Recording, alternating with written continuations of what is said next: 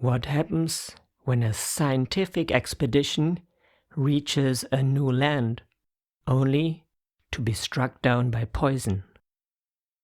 While Cook's crew struggles to recover from a mysterious fish toxin, Georg Forster explores a harsh and unfamiliar island where food is scarce, diseases are visible in people's bodies, and even simple cultural misunderstandings can turn friendly encounters into suspicion. Voyage to go, history. Life is a journey, being part of it is everything. Hello, my name is Jessica. In this podcast, I explore historical journeys and travel accounts that shaped how Europeans came to understand the world. This series follows the second voyage of Captain James Cook and the young naturalist Georg Forster through the Pacific in the 18th century.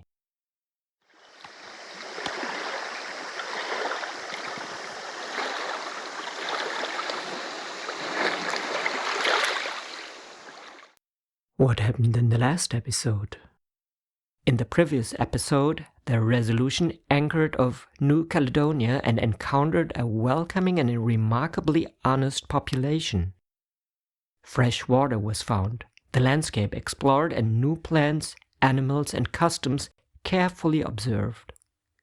But a meal of an unfamiliar fish led to severe poisoning, leaving Cook, Georg Forster, and others gravely ill and forcing the expedition to abandon further exploration of the island.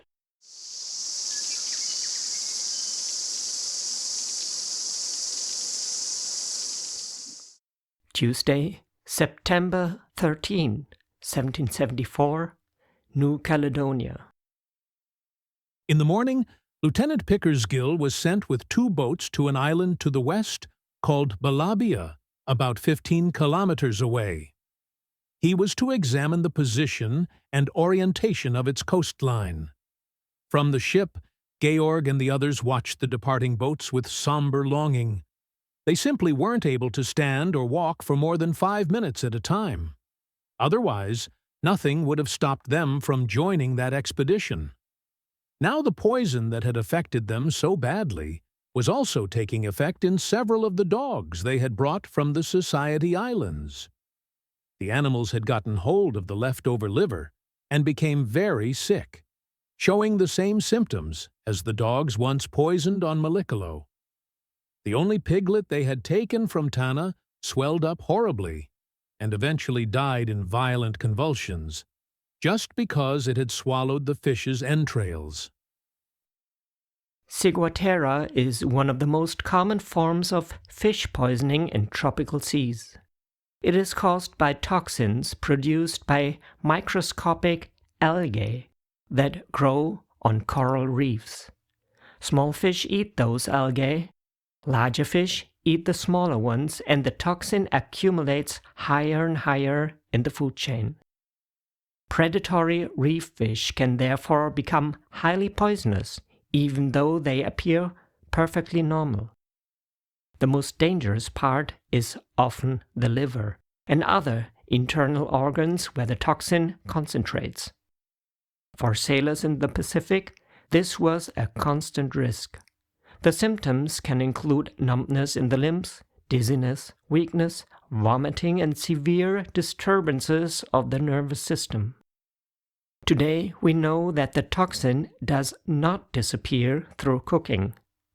In the 18th century, however, European travelers had no way of recognizing the danger until someone had already eaten the fish.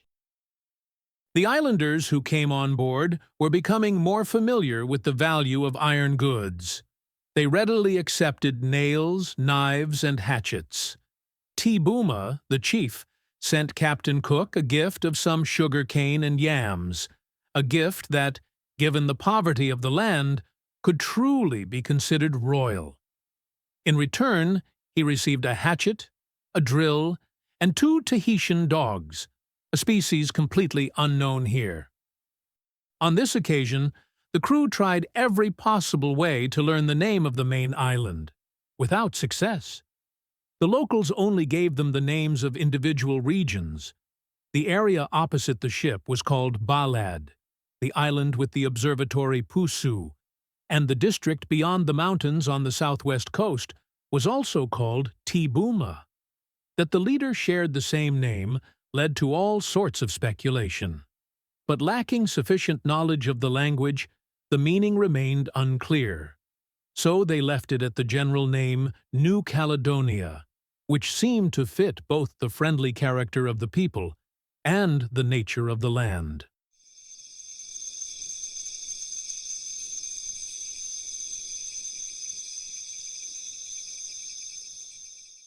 Though still very weak, they ventured ashore again the next morning.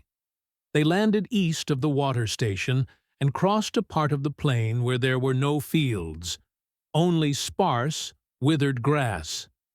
A narrow footpath led them to the mountains, where they found a lovely woodland filled with new plants, birds, and insects. The surrounding landscape, however, resembled a wasteland. Neither on the hills ahead, nor in the plain they had crossed, were there any traces of huts. Altogether, the population of New Caledonia had to be very small. In the mountains, agriculture was impossible, and the plain was usually narrow, infertile, and desolate. Nevertheless, they continued their way east and eventually reached a few houses situated amid swamps. Some locals came forward in a friendly manner and showed them safe paths through the area. The houses were not only thatched with coconut leaf mats, but also partly lined inside with bark from the cajeput tree. Across many islands of the Pacific, people traditionally produced a special kind of fabric known as bark cloth or tapa. Instead of weaving fibers, they used the inner bark of certain trees, often from the mulberry or similar species. The bark was soaked, softened, and then beaten repeatedly with wooden mallets until it spread into thin sheets of flexible material. These sheets could be dried, decorated, and layered together to create clothing, blankets, ceremonial garments, or household materials. In some regions, bark cloth was also used to line houses or wrap valuable objects. Its production required skill and patience and often involved the work of entire families or communities. For Europeans arriving in the Pacific, this material was one of the most striking examples of how island societies created useful textiles without looms or woven cloth. In front of some huts, people were sitting down to a meager meal of cooked leaves. Others were sucking the juice from roasted bark of Hibiscus tiliaceus. The Europeans tasted the dish but found it bland and unpleasant. It could hardly have been nutritious. Apparently, the people had to get by on makeshift provisions during certain times of year, probably worst in spring, when the winter stores were gone and the new fruits not yet ripe. In such times, fish must have been their only hope. And given the wide reefs surrounding the island, fish surely wasn't lacking. Only the weather had been too stormy for fishing since their arrival. Mahaini had often told them that even the people of the Society Islands, who were far better off than the New Caledonians, sometimes had to survive for months on fern roots, tree bark, and wild fruit during bad years. At the huts they visited, they saw a considerable number of tame chickens, large in size and with beautiful plumage. But these were the only domesticated animals they noticed among the locals. Nearby lay large piles of shellfish remains, gathered from the reefs and evidently consumed on site. Overall, the people were of a sluggish and indifferent temperament, with hardly any curiosity. Often they didn't even stand up when the travelers passed by their huts, nor did they speak, and when they did, it was always in a serious tone. Only the women seemed a bit more lively, although they had the least reason to be, given their heavy dependence on the men. Married women, for instance, had to carry their children everywhere on their backs, in a sort of pouch, and that alone was a cheerless sight. After lunch, the men continued their investigations but stayed on the plain, where there were more birds in the brush near the shore than deeper inland, where there was less shade and fewer food sources. During this walk, they came across another cluster of dwellings close to the water. There, the locals had placed one of their large earthen pots over the fire, filled with shellfish that were being boiled. One man was holding an axe of unusual shape and construction. It was made from a crooked branch or piece of wood, with a blunt hook and a short handle about 15 centimeters long. The hook was split at the end, and in the opening, a black stone had been fastened with a band braided from tree bark. The islanders explained that these axes were used for tilling the soil.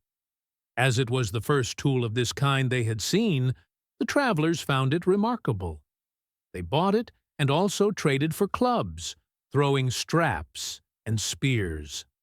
How these throwing spears were used was demonstrated by some young men, who put on several displays, and the travelers were thoroughly impressed by their skill.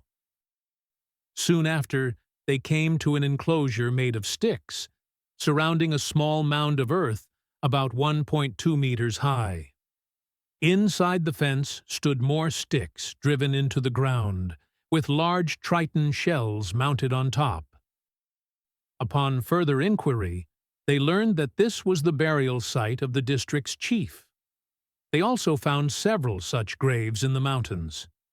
It thus seemed to be common practice to bury the dead, a much more reasonable custom than on Tahiti, where bodies were left above ground until the flesh fully decayed. If that happy island were ever to experience a serious epidemic, such a custom would surely lead to dreadful consequences and severe outbreaks of disease. The sharpness of the poison had thrown their bodies into great disorder and left them with such physical weakness that they constantly had to sit down to recover. The dizziness kept returning, and in such moments they were entirely unable to carry out even the smallest observations. These fits robbed them not only of thought and memory, but even of their physical senses. Georg could not speak of this unfortunate incident without once again lamenting that it had struck them in a newly discovered land, where perfect health and the highest attentiveness would have been needed to make the most of the few moments they had, among a people who differed so completely from any they had encountered before. Before nightfall, they returned to the ship, and soon after, the islanders who had come aboard also made their way back to shore. Few of them had canoes. Since it had been windy all day, most had preferred to swim to the ship, and now left it the same way. 40 to 50 of them jumped into the sea at once, and swam back in small groups toward the coast, undeterred by the high waves.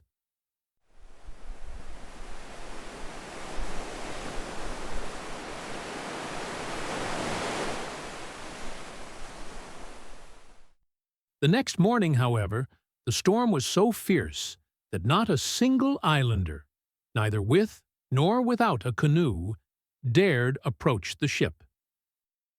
That didn't stop them from going ashore again, though they arrived soaked from the waves. They took a walk westward, and their efforts were rewarded with several new bird species that enriched their growing collection. The proximity of the great, still unknown New Holland undoubtedly contributed to the richness of animals and plants found on this island. Captain Cook, along with others who had visited New Holland on the previous voyage with the Endeavour, agreed that New Caledonia was generally very similar to that land in both character and appearance. Only one real difference was noted. New Holland had several regions with fertile soil, its upper layer rich and black. Otherwise, there were no clear differences, neither in the growth of the trees nor in the dry, almost scorched look of the land. Both lacked undergrowth or low shrubbery. They stayed at various huts belonging to the islanders, which lay shaded beneath some trees. The people sat flat on the ground, doing absolutely nothing. Still, none of them stood up on account of the visitors, except the young ones, who, as everywhere, tended to be the most curious and lively.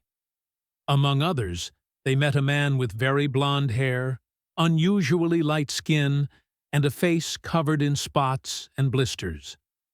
It was known that such individuals, whose skin and hair color differed strikingly from their people, had also been observed among African blacks, Native Americans, the Moluccans, and other South Sea Islanders. Since many of these individuals also exhibited physical weakness and extreme light sensitivity in their eyes, several travelers had suggested that these traits might be hereditary and the result of illness in the parents. However, this man showed no sign of physical weakness or impaired senses. So, it seemed likely that his loss of pigmentation had milder, unrelated causes. Out of curiosity, they cut a lock of hair from him and another from an ordinary islander, and took both samples back with them. This action did not please the men involved, but since it was done quickly, before they could react or protest, both were soon pacified with a few small gifts. Their passivity and gentleness, especially in small matters, seemed to prevent any lasting resentment. From these huts, each man went off on his own. Dr. Sparman and Georg's father climbed up into the mountains, while Georg remained in the swampy lowlands, trying to converse with the islanders as best he could. They told him the names of various places in their land, some of which were entirely new to them. But they couldn't make use of that information, as they didn't know where these places were located. Georg noticed many people with either an arm or a leg unusually swollen. One man had both legs affected. He examined the swelling and found it to be very firm. Among such individuals, the skin was not always scaly or brittle. In general, the disproportionate thickness of the limbs did not seem to trouble or hinder them, and if Georg understood them correctly, they rarely felt pain from it. Only in a few did the illness cause skin peeling and blotches, signs, perhaps, of more virulent bodily fluids or a more severe condition. The affliction, commonly identified as elephantiasis or extreme swelling, is considered by physicians to be a type of leprosy. It appears to be especially common in hot, dry regions.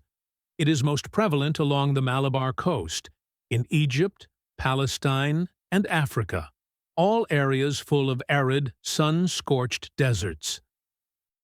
Georg didn't mean to say that leprosy was a necessary result of dry climates, but he believed that heat and aridity might foster its development and make the body more susceptible.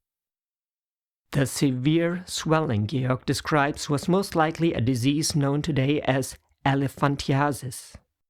This condition is usually caused by microscopic parasitic worms that are transmitted by mosquitoes. Once inside the human body, the parasites can damage the lymphatic system, which normally drains fluid from the tissues. When the system becomes blocked, fluid accumulates in certain parts of the body. Over time, arms, legs, or other areas can swell enormously and become heavy and hardened. In the 18th century, European observers often confused this illness with leprosy, because both diseases could cause visible deformities. Today we know that elephantiasis is not contagious through contact and that it spreads only through infected mosquito bites in tropical regions. He now saw more clearly than ever, especially today, that the women in this land were treated with even less respect than in Tanna. They generally kept some distance from the men, and always seemed anxious not to displease them in the slightest way, whether by look or expression. All the burdens of family life were placed on their shoulders.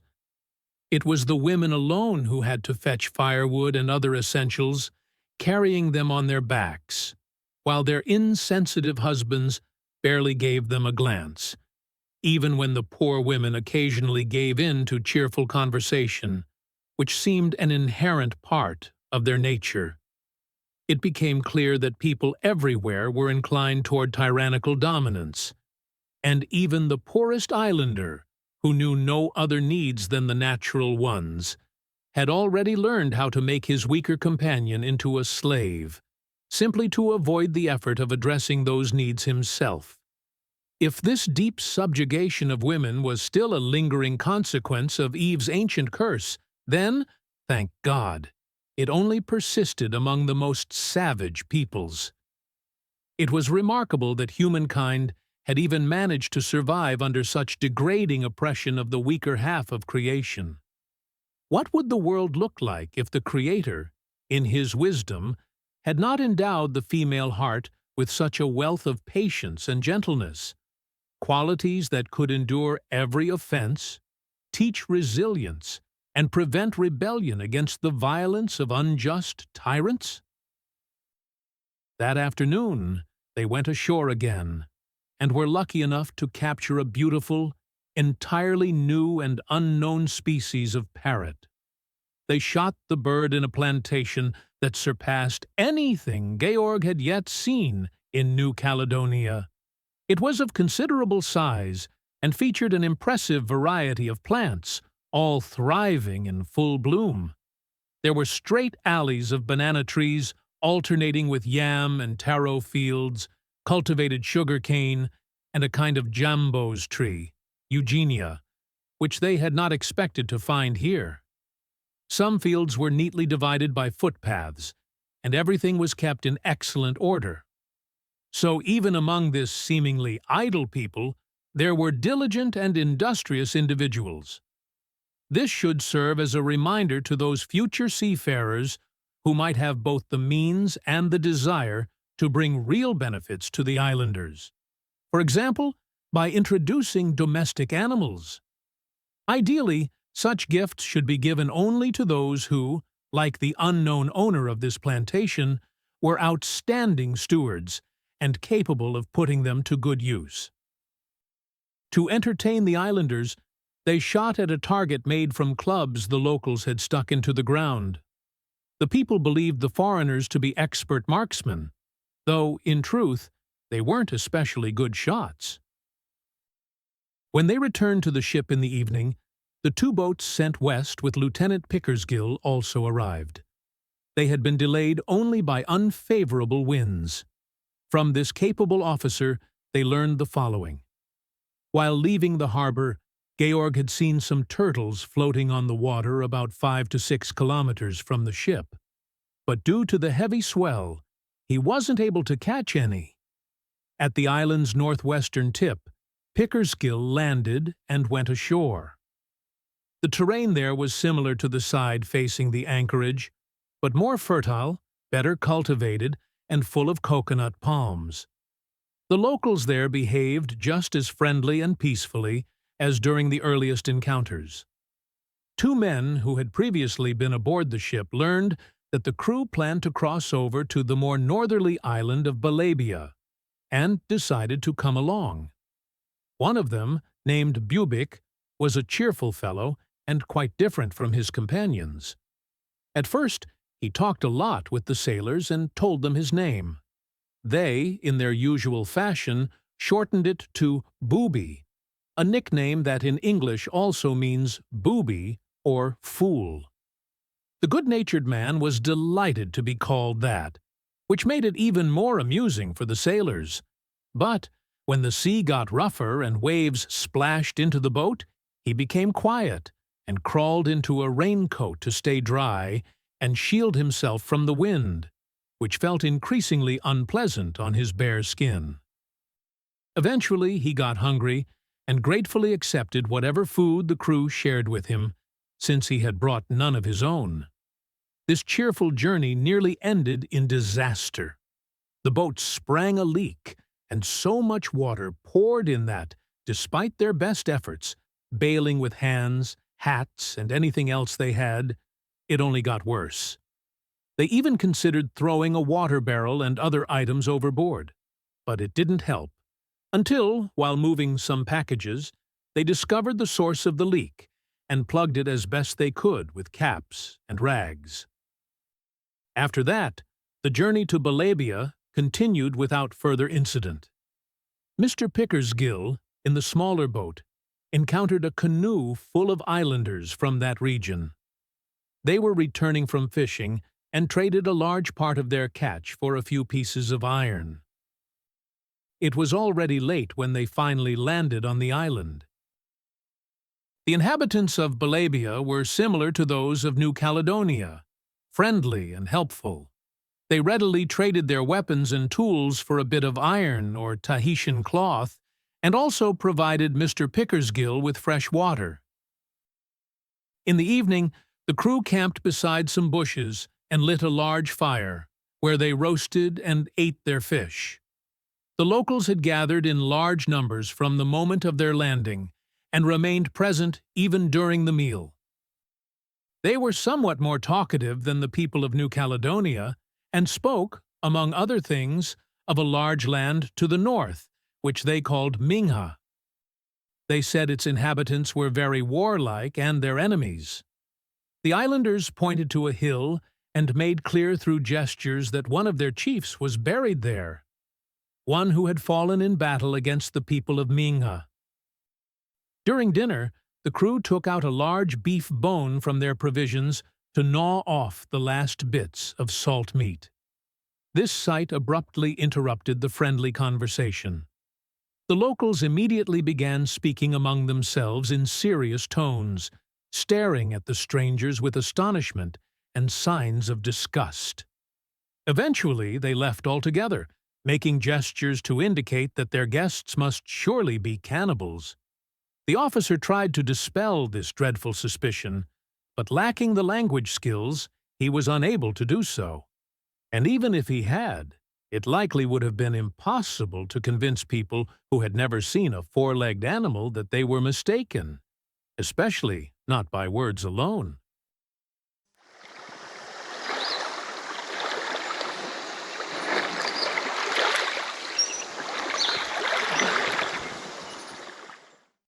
Wednesday, September 14th, 1774, New Caledonia. The next morning, the sailors began repairing the boat and hung their wet clothes in the sun to dry. People from all parts of the island gathered around them in such great numbers that Mr. Pickersgill felt it necessary to draw lines in the sand, which none of the locals was to cross, in order to protect the clothing. They understood the instruction and accepted it without protest. Only one of them showed more curiosity than the rest, and after a while jokingly drew a circle around himself with a stick. With a series of playful grimaces, he made it clear to those around him that no one should come too close to him either. Given the otherwise serious demeanor of the local people, this humorous gesture stood out as particularly striking and unusual. After spending the entire day repairing the boat and exploring the island, the crew set out on the return journey at daybreak the following morning. Unfortunately, the patching of the leak had been so poorly done that they were forced to land at a nearby point on the New Caledonian coast around 6 in the morning. Only the rowers remained in the boat, while the rest had to walk the entire way back along the coast to the ship's anchorage. One of the assistant surgeons had discovered a large number of new sea snails and plants on the voyage to Balabia, specimens that Georg and the others had not been able to find. However, out of petty and completely irrational jealousy, he kept these discoveries to himself. despite having no ability to use them scientifically. Georg stated that obstacles had been placed in their path at every turn during their scientific work, even by those whose knowledge, office, and duty should have compelled them to help. Science and common sense, he noted, are often not appreciated by the ignorant. The researchers might have endured all this if it hadn't reached the point where not even money could buy cooperation. Some people went out of their way to keep observations secret from them, even when they had no use for the information themselves. Things that were common knowledge on board were deliberately withheld from them. The precise geographical data of the lands and places they visited and marked on their maps they owed not to the openness of their fellow travelers. Often, they weren't even allowed to see things for themselves. To Georg, it was astonishing that scholars aboard a ship of such an enlightened nation should be treated as though they were among the most uncivilized peoples. The envy and resentment they faced reminded Georg of the greed of some Bedouins or other Arabs who harassed travelers in Egypt or Palestine. Every discovery they attempted was treated like a treasure they were to be envied for. There was one advantage, however. Everything they could report, they had seen with their own eyes. Had it not been for a few kind-hearted men on board who supported science out of conviction, they might have fallen victim to jealousy and malice entirely, despite Captain Cook's frequent efforts to intervene. Georg was convinced that the real reason for this envy was simply that they were German. So, once again, there was cause to lament that illness and poisoning had kept them from sharing in the joys and risks of that little expedition.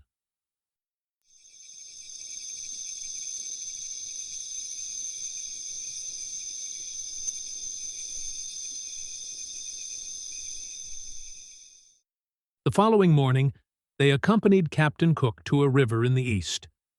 He went there to give his friend Hibai a few pigs, his way of providing this peaceful and kind-hearted people with domesticated animals for the first time, which could serve them as a future source of meat.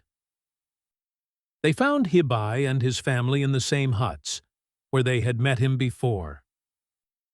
After Captain Cook handed over the pigs, each member of the group tried, as best they could with their limited language skills, to explain that these animals would multiply and eventually provide a steady and abundant source of food. For that reason, they should be cared for and kept alive.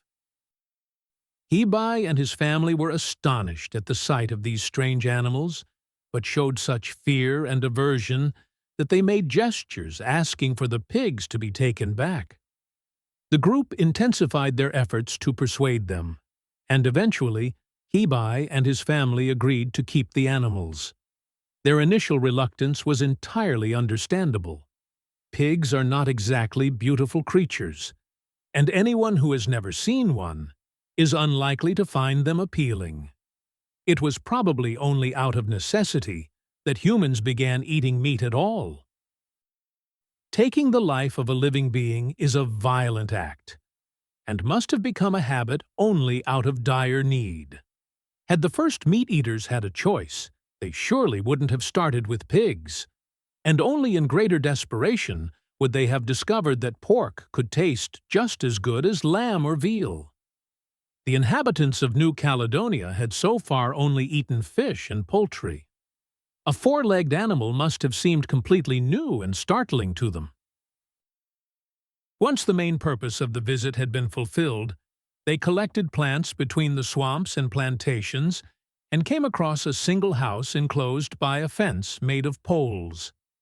Behind the house stood a row of wooden posts, each about 30 centimeters wide, 2.7 meters high, and roughly carved at the top into the shape of a human head.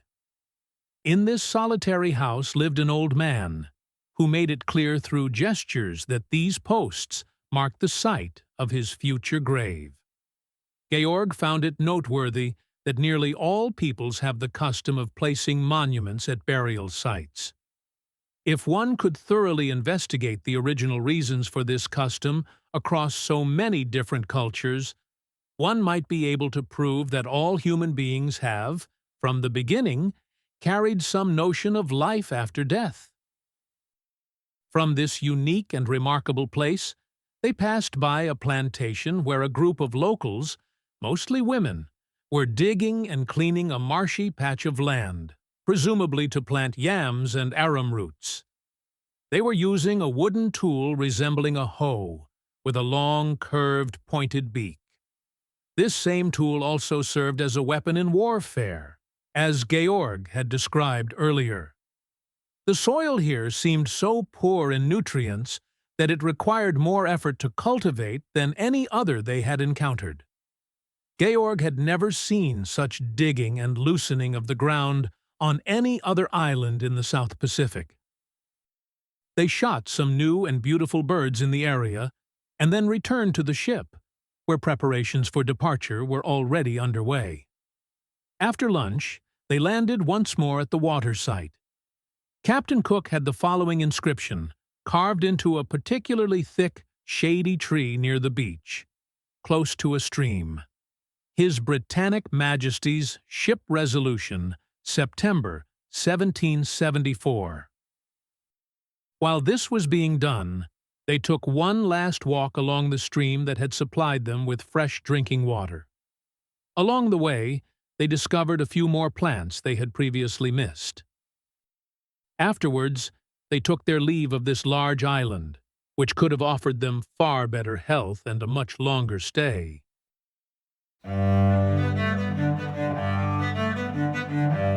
That brings us to the end of this episode of Georg Forster's journey around the world about the HMS Resolution under the command of Captain James Cook. In New Caledonia, illness and exhaustion had severely limited what the expedition could accomplish. Yet even during those difficult days, Georg and his companions gathered observations about the island's people, its plants, its animals, and its way of life. Fragments of knowledge from a place that remained almost entirely unknown to European science. A map with the key locations from this episode is linked in the show notes. If you'd like to see how these places look today, visit my YouTube channel Voyage to Go, where I trace Forster's path and explore the echoes of this voyage in the present.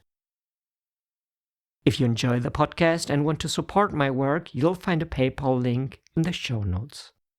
You can continue the journey right away in the next episode, because life is a journey, being part of it is everything.